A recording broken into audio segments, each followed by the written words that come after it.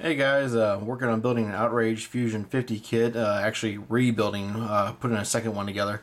On the second build, I thought I'd hopefully have not the same problems I have with the first one since this kit has been out a while.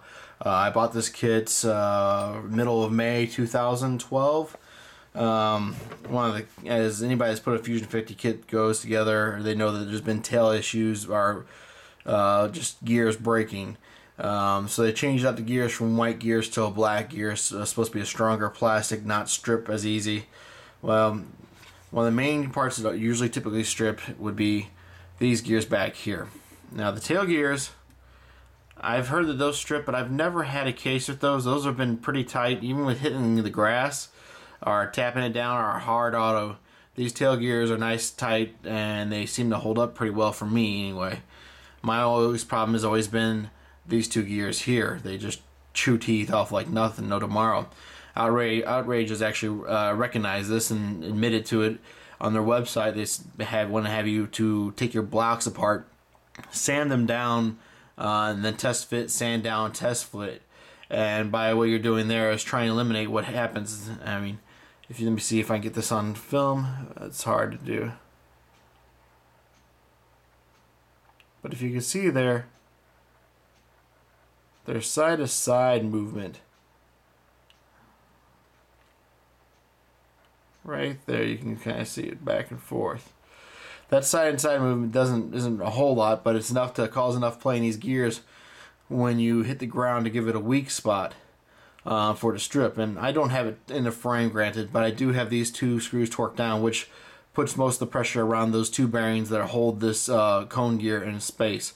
Also, another thing I have to notice is when I spin this, there's nice smoothness, and then at a certain spot it gets a little bit tighter, right around there. That's not only typical on this one, but it's also typical on the one that I have on my bench on the side over here. For some reason, I don't think they're done perfectly symmetrical. Another reason why this thing strips, from what I've read, is that the plastic in here that's around this bearing isn't perfectly symmetrical as far as a half circle on both sides. It's more of an oval shape. So what people have been doing is taking electrical tape or something else and putting in where their bearing slots are, putting a piece of electrical tape or vinyl sticker tape, some of that real thinness but still kind of durable in there, and then putting the bearings to help clamp them down in more of a circular shape. That way it keeps the side-to-side play down. Not that big, but it still, kind of sucks when you strip gears out and have to take that part out and fix it.